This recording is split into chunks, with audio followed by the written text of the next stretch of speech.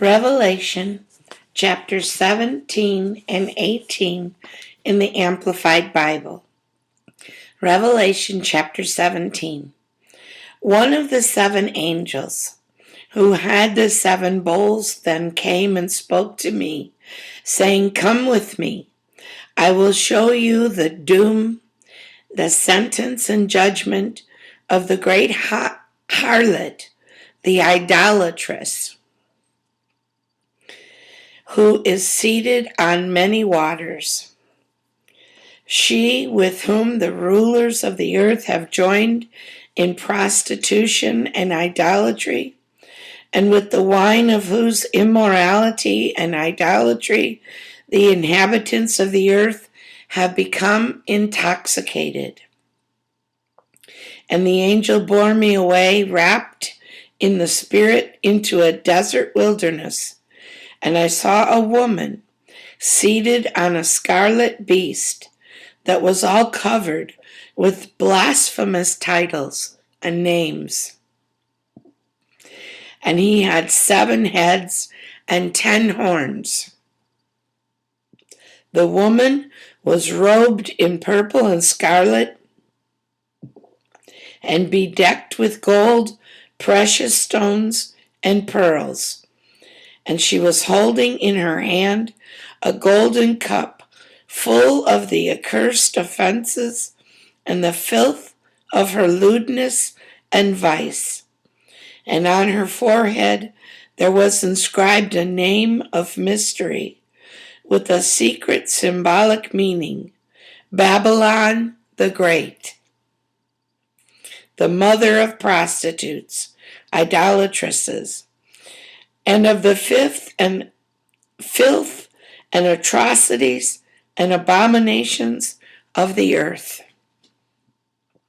I also saw that the woman was drunk with the blood of the saints, God's people, and the blood of the martyrs who witnessed for Jesus. And when I saw her, I was utterly amazed and wondered greatly. But the angel said to me, "Why do you wonder? I will explain to you the secret symbolic meaning of the mystery of the woman, as well as of the beast having the 7 heads and 10 horns that carries her.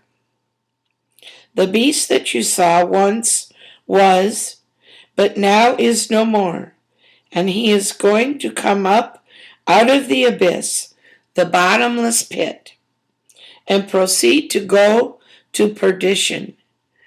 And the inhabitants of the earth, whose names have not been recorded in the book of life from the foundation of the world, will be astonished when they look at the beast, because he once was, but now is no more, and he is yet to come.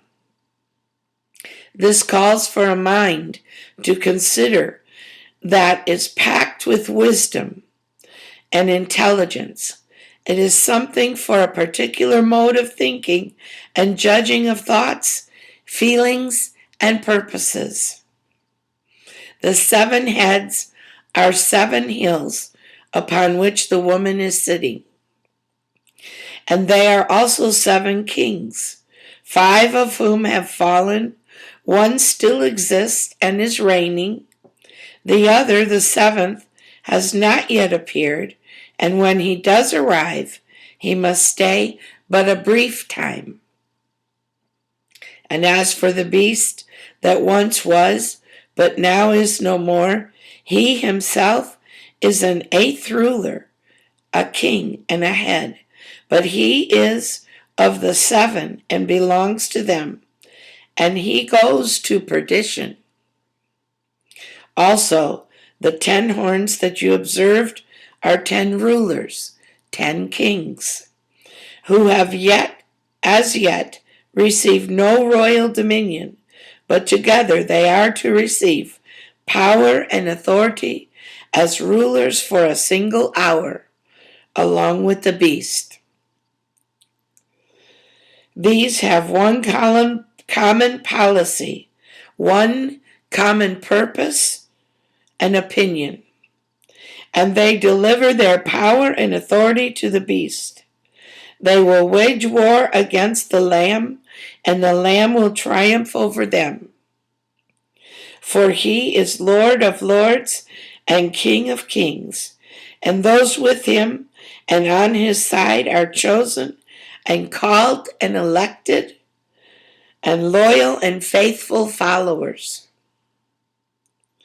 And the angel further said to me, the waters that you observed, where the harlot is seated, are races and multitudes and nations and dialects and languages. And the 10 horns that you saw, they are the beast, and the beast will be the very ones to hate the harlot, the idolatrous woman. They will make her cheerless, bereaved, and desolate, and they will strip her and eat up her flesh and utterly consume her with fire. For God has put it into their hearts to carry out his own purpose by acting in harmony, in surrendering their royal power and authority to the beast until the prophetic words, intentions, and promises of God shall be fulfilled. And the woman that you saw is herself the great city, which dominates and controls the rulers and the leaders of the earth. Revelations chapter 18. Then I saw another angel descending from heaven, possessing great authority, and the earth was illuminated with his radiance and splendor. And he shouted with a mighty voice, "She is fallen! Mighty Babylon is fallen! She has become a resort and dwelling place for demons, a dungeon haunted by every loathsome spirit, an abode for every filthy and detestable bird. For all nations have drunk the wine of her passionate unchastity. And the rulers and leaders of the earth have joined with her in committing fornication, idolatry. And the businessmen of the earth have become rich with the wealth of her excessive luxury and wantonness." I then heard another voice from heaven saying, "Come out from her, my people, so that you may not share in her sins, neither participate in her plagues. For her iniquities, her crimes, and transgressions are piled up as high as heaven, and God has remembered her wickedness and her crimes, and calls them up for settlement. Repay to her what she herself has paid to others, and double her doom in accordance with what she has done. Mix a double portion for her in the cup she mixed for others. To the degree that she glorified herself and reveled in her wantonness, living deliciously and luxuriously, to that measure impose on her torment and anguish and tears and mourning, since in her heart she boasts, "I am not a widow, as a queen on a throne I sit, and I shall never see suffering or experience sorrow." So shall her plagues, afflictions, and calamities come thick upon her in a single day, pestilence and anguish and sorrow and famine, and she shall be utterly consumed, burned up with fire. For mighty is the Lord God who judges her, and the rulers and the leaders of the earth who joined her in her immorality, her idolatry, and luxuriated with her, will weep and beat their breasts and lament over her when they see the smoke of her conflagration. They will stand a long way off in terror of her torment, and they will cry, "Woe! And alas, the great city, the mighty city, Babylon, in one single hour, how your doom, your judgment has overtaken you." And earth's businessmen will weep and grieve over her because no one buys their freight cargo anymore. Then their merchandise is of gold, silver, precious stones, and pearls of fine linen, purple, silk, and scarlet stuffs, all kinds of scented wood, all sorts of articles of ivory, all varieties of objects of costly woods, bronze, iron, and marble, of cinnamon, spices, incense, ointment, and perfume, and frankincense, of wine and olive oil, fine flour and wheat, of cattle and sheep, horses and conveyances, and of slaves, the bodies and souls of men. The ripe fruits and delicacies for which your soul longed have gone from you, and all your luxuries and dainties, your excellence and splendor are lost to you, never again to be recovered or experienced. The dealers who handled these articles, who grew wealthy through their business with her, will stand a long way off in terror of her doom and torment, weeping and grieving aloud and saying, "Alas, alas, for the great city that was robed in fine linen, in purple and scarlet, bedecked and glittering with gold, with precious stones, and with pearls, because in one single hour all the vast wealth has been destroyed, wiped out.